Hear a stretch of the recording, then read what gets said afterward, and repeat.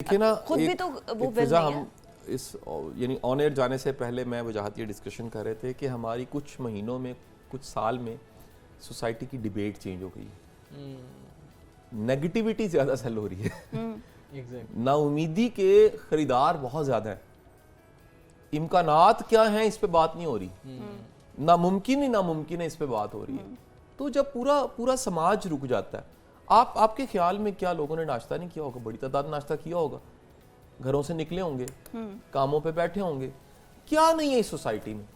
कल पे यकीन नहीं है, होप नहीं है, और उस होप ना होने की वजह से आपको रवैयों में जो शिद्दत नजर आती है। लेकिन जिसके पास भी इम्कानात होते हैं मुस्बत होता हो, पॉसिबिलिटीज। इस स्टूडियो में से निकलने के 4 रास्ते हैं तो कोई प्रॉब्लम नहीं है, रास्ता ही एक और वो बंद है। क्या करें? फ्रस्ट्रेशन होगी। इसलिए ये इस 12 करोड़ को पहले तो अपनी भी जिम्मेदारी कबूल करनी चाहिए। सिस्टम अल्लाह करे इम्प्रूव करे, सिस्टम इम्प्रूव करे। और ये सारी बातें वजाहत को हम आज से नहीं कह रहे, टीवी पे नहीं कह रहे। आज से 100 साल पहले का वाकया, मैं फिजा इकट्ठे प्रोग्राम किया करते थे। 100 साल पहले हम लोग सीरियसली 100 साल पहले की बात। तो हम एक टीवी चैनल पे प्रोग्राम किया करते थे, बहुत अच्छा कंडक्ट करती थी। उसमें भी मैं 100 साल पहले ये बातें किया करता था कि देखिए, हमें टैलेंट को इनकरेज करना चाहिए, हमें नंबरों की रेस से बाहर निकलना चाहिए, हमें डिग्री की रेस से निकलना चाहिए। अच्छा, वैसे वो प्रोग्राम टीवी पे कम देखा गया, यूट्यूब पे ज्यादा देखा गया। तो वो मुझे पिछले दिनों खबर हुई कि टिकटॉक पे भी बड़ा देखा जा रहा है, उसके बड़े-बड़े जो कह लीजिए क्लिप्स बड़े वायरल हुए हैं। तो ये जब तक आप अपना तालीम का निज़ाम नहीं बदलते, समाज के ये ट्रेंड्स नहीं बदलते और इनकी जिम्मेदारी कबूल नहीं की जाती, ये सोसाइटी नहीं बदलेगी। शाह जी, अब बदलने वाले जो हैं वो भी इसी सोसाइटी का हिस्सा हैं, हम ये देखते हैं। अच्छा, फिर नौजवानों में एक और हम रुझान देखते हैं, नौजवानों में सब में है अदम बर्दाश्त का, मनफी रवैयों का, जिनकी आप भी बात करते हैं, हम सब इस चीज़ पे बात करते हैं। सर, मनफी रवैयों को मस्बत कैसे किया जा सकता है? आपने कहा कि आप किसी से मशवरा लें, वो हमेशा नेगेटिव बात करेगा, आपको बजाय होप देने के ना उम्मीदी का मायूसी की बात करेगा, नहीं हालात बड़े ख़राब हैं, ये वो। तो इस तरह, तो इस सारे माहौल को फिर बदला कैसे जा सकता है? देखिए, ओवरऑल सोसाइटी की बात करें तो सोसाइटी में अच्छी मिसालें बड़ी कम, बर्दाश्त वाली मिसालें कितनी है वजाहत, ये भी हमारी डिस्कशन होती है। यानी आपने वाकई फिजा अपनी पूरी जिंदगी में कितने लोग देखे हैं जिनमें बर्दाश्त पाई जाती है, मतलब बाय चॉइस बर्दाश्त, मजबूरी की बर्दाश्त नहीं कि जी कोई रास्ता नहीं था तो बर्दाश्त किया, बाय चॉइस बर्दाश्त कि यार मैंने दरगुजर किया, मैंने माफ किया, मैंने अल्लाह पे छोड़ा। ये अभी जरा सड़क पे निकलते हैं, सवाल ही पैदा नहीं आप देख लेंगे, आप अपनी जिंदगी में देखिए जी। मैं कहता हूँ मुड़ के फैमिली में सवाल ही पैदा नहीं होता। अब आपके पास जब बर्दाश्त की कोई मिसालें नहीं है, अच्छी मिसालें नहीं है, तो फॉलो किनको करना? जो अवेलेबल है, उनमें तो बर्दाश्त नहीं है, वो तो नफ्स की और ईगो की और अपनी मैं की जंग लड़ रहे हैं। तो फिर पूरी कौम क्या करेगी? उन्हीं को फॉलो करेगी ना जी। ये बड़ी एक हमारे लिए दुख की बात है कि आप फिर अगेन कहें, आपके हमसाया मुल्क में हजारों मिसालें ऐसी हैं जो मूवीज बना रहे हैं कि उनके टाउन्स कैसे चेंज हो रहे हैं, उनके कह लीजिए एक एक गांव अभी तक मूवीज में अराइंदा खड़ा, गुज्जर दी पुकार और पता नहीं इन्हीं चीजों से बाहर नहीं निकले। एक और भी वजाहत वैसे हमारे यहाँ एक बड़ा बुरा रवाज, ये चौथा बैड ट्रेंड बता दूंगा आपको। हमारे यहाँ अगर कोई, पहली बात तो बनना ही बड़ा मुश्किल है, नीचे से उठ के ऊपर आना बड़ा मुश्किल। अगर आप कहीं पहुंच जाएं, सारी सोसाइटी मिल के आपको गिराती है, फिर गिराती है। ये कॉमन ट्रेंड है। ये सोसाइटी अव्वल तो हीरो नहीं मानती, किसी को बड़ा नहीं मानती। जब मान जाती है तो उसके गुब्बारे से हवा निकालने पे भी खुश होती है, पगड़ी उछालना बकायदा। मैं तो कहता हूँ पाकिस्तान का कौमी जो ट्रेंड है ना, वो ह्यूमिलेट करना, इंसल्ट करना किसी को। और अच्छा, इसके अंदर कहीं ना कहीं आप तस्कीन फील करते हैं अपनी अन्ना की, कहीं ना कहीं ना बैड स्टोरीज बताते हैं, ओ मैं उसको वहां पर मिला और मैंने फिर अच्छा, किसी कोई शायद आपसे मिला भी ना हो, मुझसे भी ना मिला हो, लेकिन वो कहीं से कोई चीज देखेगा मेरे आपके बारे में और वो इसको अना की तस्कीन समझेगा। अच्छा, पॉजिटिव चीज आपके मेरे बारे में हो, शायद लोग इसको इग्नोर कर दें। देखिए ना, ये जुमला वैसे बिल्कुल ठीक ही कहा जा रहा है ना कि पता नहीं इकोनॉमिकली हम डिफॉल्ट किए कि नहीं, इखलाकी तौर पे डिफॉल्ट कर चुके हैं। जो इखलाकी बुराइयां और बीमारियां आपको समाज में इस वक्त नजर आ रही हैं ना, यकीन कीजिए बड़े दुख के साथ ये कहना पड़ रहा है। शाह जी, किस तरह हम अपनी डायरेक्शन को सीधा रख सकते हैं? दिलों में बुग़्ज़ रखते हैं, एक ही प्लेट में खाना खाते हैं। तौर पे एक फर्द वाहिद तो खौफ खुदा रखे। सोसाइटी कलेक्टिव अल्लाह करे, ये एक जो इतना बड़ा एक क्राइसिस पैदा हो गया हुआ, इससे निकले, पॉलिटिकल क्राइसिस है, अनस्टेबिलिटी बहुत ज्यादा है। टॉलरेंस लेवल को कैसे एनहांस कर सकते हैं? मेरा ख्याल है कि एक बंदा खुद चूज करे। मुआशी हालात भी इस चीज़ से जुड़े हैं, ये जो अदम बर्दाश्त और ये जो नेगेटिव फैक्टर्स हैं, ये जो रवैये हैं मनफी, कहीं ना कहीं इकोनॉमिकली भी इनका ताल्लुक है आपस में?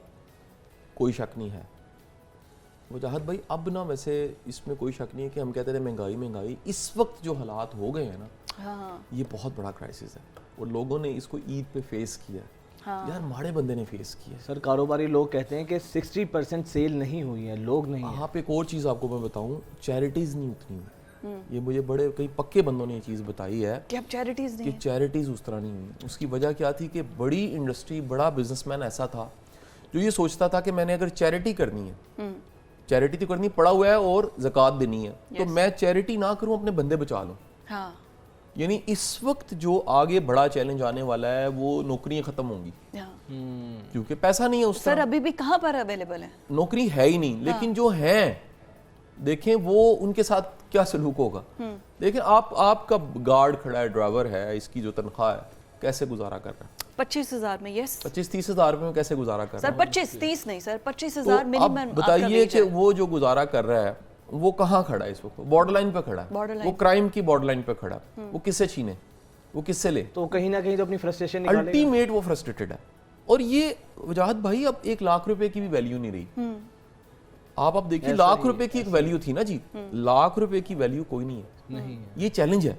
تو میرا خیال ہے کہ اس میں پورے ملک اور جو اتنا بڑا کرائسس ہے, یہ بڑوں کو سوچنا چاہیے. یہی بات ہے کہ ویسے تو آپ دور ہی رہتے ہیں, پولیٹکس میں اتنا نہیں بولتے, but still we really want کہ آپ اس کو کس طرح سے ہائی لائٹ کریں گے. اگر ہمارے سیاستدان ہیں, دیکھیں ان کو آپسی لڑائیوں کا نہیں کوئی, الیکشنز ہونے ہیں, اسمبلیز کا کیا حال ہے, سپریم کورٹ کا کیا حال ہے, ہمارے سامنے کیا ایگزامپل ہے, ہمارے لیے کوئی سوچ رہا ہے یا کوئی ہمارے لیے کوئی بل پاس ہو رہا ہے. دیکھیں میں آپ کو بتاؤں کہ یہ اتنا بڑا کرائسس نہیں ہے جتنا بڑا سیکنڈ ورلڈ وار تھی, اتنا بڑا نہیں جتنی فرسٹ ورلڈ وار تھی.